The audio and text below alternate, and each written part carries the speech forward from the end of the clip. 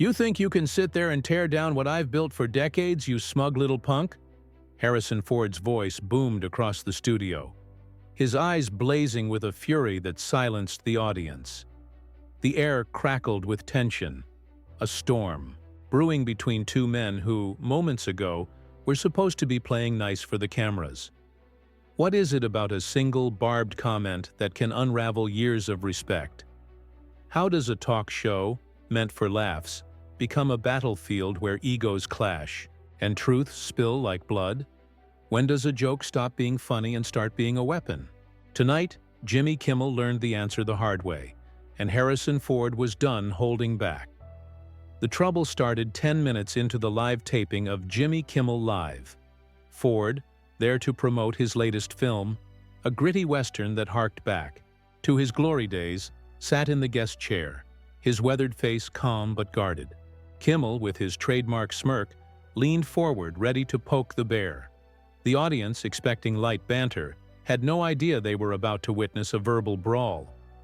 Kimmel started innocently enough, asking about the film, Ford's return to rugged roles, and his long career. But then he veered off script. "Harrison, come on, man," Kimmel said, his tone dripping with condescension. "You're pushing 80, still playing cowboys? Isn't it time to hang up the hat and let the young guys take over?" The audience tittered, but Ford's jaw tightened, his fingers gripping the armrest. Ford leaned forward, his voice low but sharp. "You think you know what it takes to do what I do? You sit behind that desk, cracking jokes, thinking you're untouchable." Kimmel, sensing he'd struck a nerve, doubled down instead of backing off. "Oh, come on, Harrison, it's just a bit of fun. Or are you too old to take a joke now?" The audience gasped, a mix of shock and nervous laughter. Ford's eyes narrowed, and for a moment, it seemed he might walk off. But he didn't. He stayed, and that's when things got ugly. Kimmel, emboldened by the crowd's reaction, launched into a tirade about Ford's career. He mocked the actor's iconic roles, calling Han Solo a washed-up smuggler, and Indiana Jones a guy who should have stayed in the museum. The jabs weren't clever, they were cruel, designed to humiliate. Kimmel seemed to relish the discomfort, his grin widening as Ford's face reddened. The audience, once eager for laughs, grew uneasy, sensing the line had been crossed. Ford tried to steer the conversation back to his film, but Kimmel kept pushing, bringing up Ford's age, his divorces, even his private life. "You're a legend, sure, but maybe it's time to step aside. Let someone else have the spotlight," Kimmel said, his voice laced with fake pity. That was the breaking point. Ford stood up, towering over the desk, his voice cutting through the studio like a whip. "You don't get to talk to me like that, you little weasel. I've earned every scar, every role, every damn moment of my life. What have you earned, sitting there, picking at people bigger than you?" The audience froze, the air thick with shock. Kimmel, caught off guard, tried to laugh it off, but his chuckle was hollow. "Relax, Harrison. It's just a show," he said, but his eyes darted nervously. Ford wasn't having it. He pointed a finger at Kimmel, his voice steady but venomous. "You want to play dirty? Let's play. You're nothing but a vulture, feeding off other people's work. You think you're clever? You're a coward." The producers, sensing disaster, cut to commercial, but the damage was done. Backstage, the tension didn't let up. Ford stormed toward his dressing room, his agent trailing behind, pleading for calm. Kimmel, shaken but defiant, muttered to his team about Ford overreacting. The audience, buzzing with whispers, knew they'd seen something raw, something real. But this wasn't over. Ford wasn't the type to let an insult slide, and Kimmel's smugness was about to meet its match. Harrison Ford's boots echoed down the narrow hallway, each step a thunderclap of barely contained rage. The dressing room door loomed ahead, but he wasn't heading there to cool off. No, he was hunting for Jimmy Kimmel, who'd slunk backstage after the cameras cut to commercial. The air buzzed with the chaos of a show gone wrong, producers shouting into headsets, assistants scurrying like startled mice. Ford's agent, a wiry man named Greg, jogged to keep up, his voice high and frantic. "Harrison, please, let's just take a breath. Talk this through." Ford didn't even glance back. "Talk? That smug jerk doesn't deserve words. He's getting. What's coming?" Around the corner, Kimmel stood with his team, a huddle of suits and clipboards. He was laughing, that same grating chuckle from the stage, as if Ford's outburst was just another punchline. "Guy's losing it," Kimmel said, loud enough for the words to carry. "Thinks he's still Indiana Jones, huh? Pathetic," his team snickered, feeding his ego. But their laughs died when Ford's shadow fell over them. The actor stopped a few feet away, his broad frame filling the hallway, eyes locked on Kimmel like a predator sizing up prey. The crew scattered, leaving Kimmel alone, his smirk faltering but not gone. "You got more to say, Jimmy?" Ford's voice was low, dangerous, each word a blade. Kimmel, trying to reclaim control, straightened up, tossing his hands out like he was still on stage. "What's your problem, Harrison? Can't handle a little ribbing? You're a big star, act like it." The words were bold, but his voice cracked, betraying a flicker of fear. Ford took a step closer, his presence swallowing the space between them. "Ribbing? You call that cheap, nasty attack a joke? You're not a comedian. You're a bully with a microphone." Kimmel's face flushed, his confidence crumbling under Ford's glare. But he wasn't one to back down, not with his crew watching from a safe distance. He stepped forward, jabbing a finger at Ford. "You're out of touch, old man. Nobody cares about your dusty cowboy movies anymore. You're a relic, and I'm just saying what everyone's thinking." The hallway went silent, the words hanging like a slap. Greg grabbed Ford's arm, whispering, "Don't do this, Harrison." But Ford shook him off, his voice a growl. "You think you're untouchable because you've got a show? I've faced down bigger snakes than you, and I'm still standing." The confrontation was seconds from boiling over into something physical when a producer, a woman with a clipboard and a no-nonsense frown, wedged herself between them. "Enough," she barked.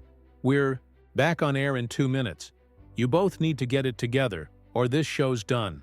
Ford didn't budge, his eyes still burning into Kimmel, who forced a laugh, trying to play it off. "Fine, let's finish the segment. Unless you're too scared to face me again, Ford." The taunt was weak, but it stung. Ford's lips curled into a cold smile. "Scared? Kid, you're about to learn what happens when you poke a bear." They were herded back toward the stage, the tension trailing them like a storm cloud. Kimmel's team whispered nervously, while Ford's agent pleaded for him to walk away. But Ford was done walking. He'd spent decades building a legacy, earning every role through sweat and grit, and he wasn't about to let a loudmouth like Kimmel tear it down. As they neared the stage, the audience's murmurs grew louder, sensing the fight wasn't over. Kimmel adjusted his tie, trying to look composed, but his hands shook. Ford, meanwhile, was a coiled spring, ready to unleash. The show was about to resume, and the real battle was just beginning. The stage was a powder keg, and the audience knew it. As the cameras rolled back on, the crowd's murmurs swelled into a nervous hum, their eyes darting between Harrison Ford and Jimmy Kimmel. Ford sat back in the guest chair, his posture rigid, a storm brewing behind his steely gaze. Kimmel, behind his desk, forced a grin, but his knuckles were white, gripping a pen like a lifeline. The producer's warning to keep it civil hung in the air, but Ford wasn't here to play nice, and Kimmel's smugness was a lit fuse. The show was live, and the world was watching. Kimmel tried to reset the tone, his voice overly bright. "Welcome back, folks. We're here with the one and only Harrison Ford, who's, got a lot of passion tonight." The audience laughed weakly, unsure where this was going. Kimmel leaned forward, trying to reclaim his stage. "So, Harrison, let's talk about your new movie. It's a Western, right? You still got the energy for all that horse riding at your age?" The jab was softer than before, But it was still a jab, and the crowd tensed, waiting for Ford's response. Ford didn't flinch. He leaned back, crossing his arms, his voice calm but razor-sharp. "You know, Jimmy, I've been doing this longer than you've been out of diapers.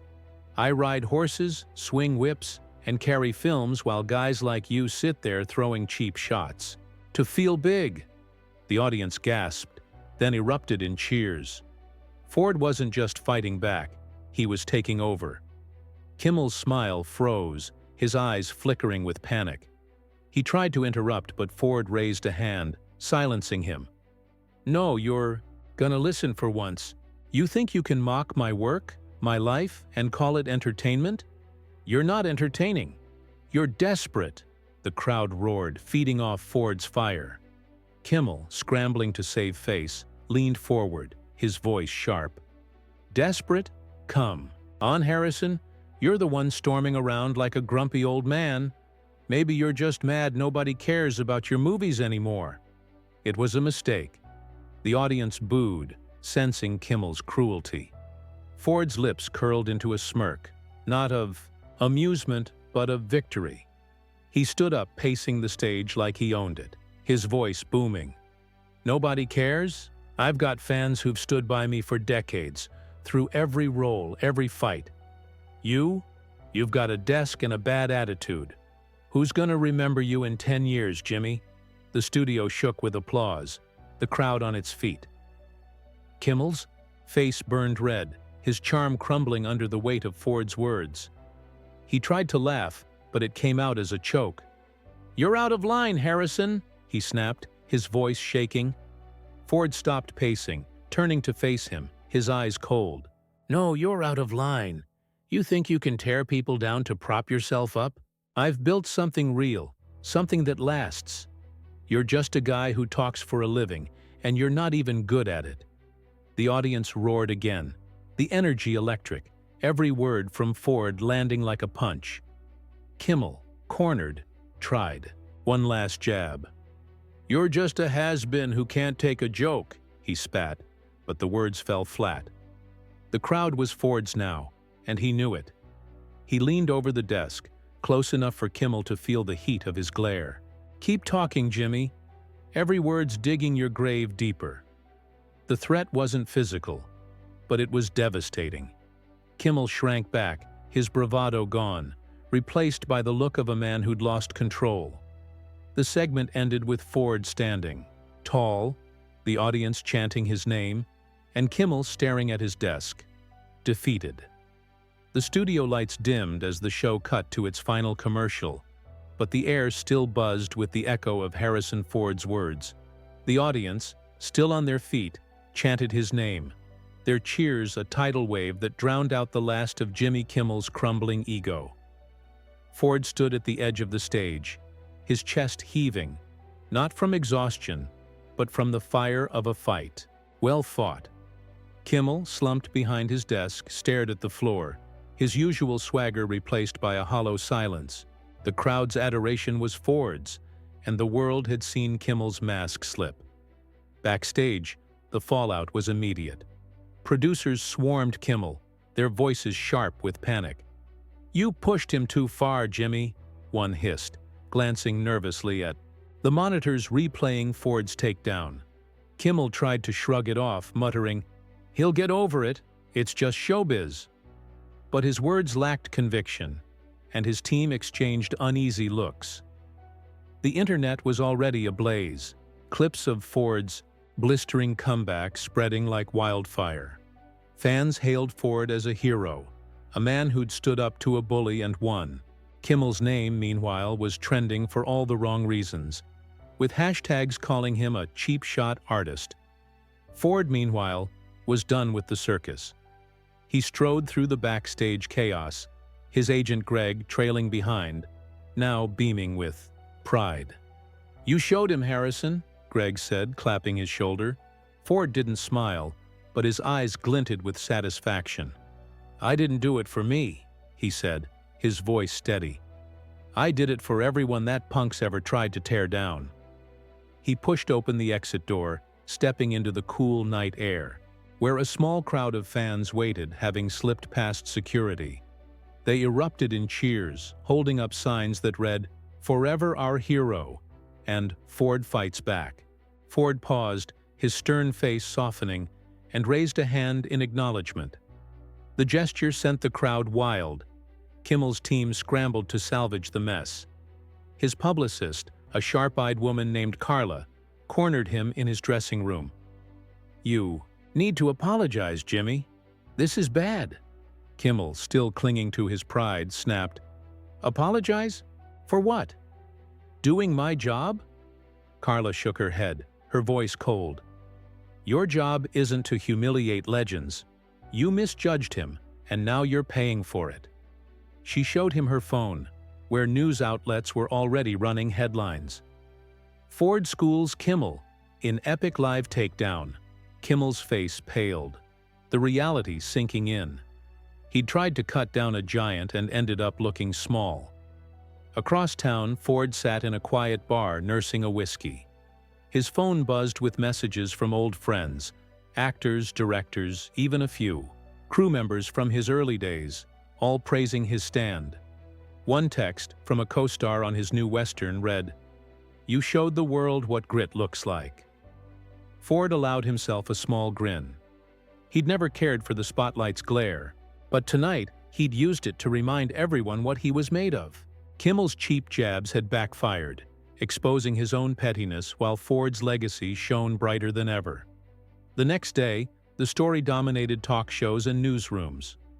Pundits dissected Kimmel's fall, calling it a lesson in respecting those who'd paved the way. Ford, meanwhile, was back on set, his focus on his craft, unbothered by the chatter. He didn't need apologies or headlines to feel whole. He'd stood his ground, spoken his truth, and walked away taller. Kimmel, left to pick up the pieces, faced a quieter studio that night, his audience smaller, his laugh forced.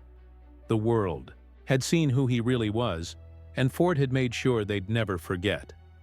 As Ford stepped onto the set of his Western, the crew greeted him with nods of respect.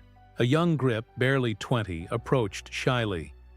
"Mr. Ford, you were amazing last night.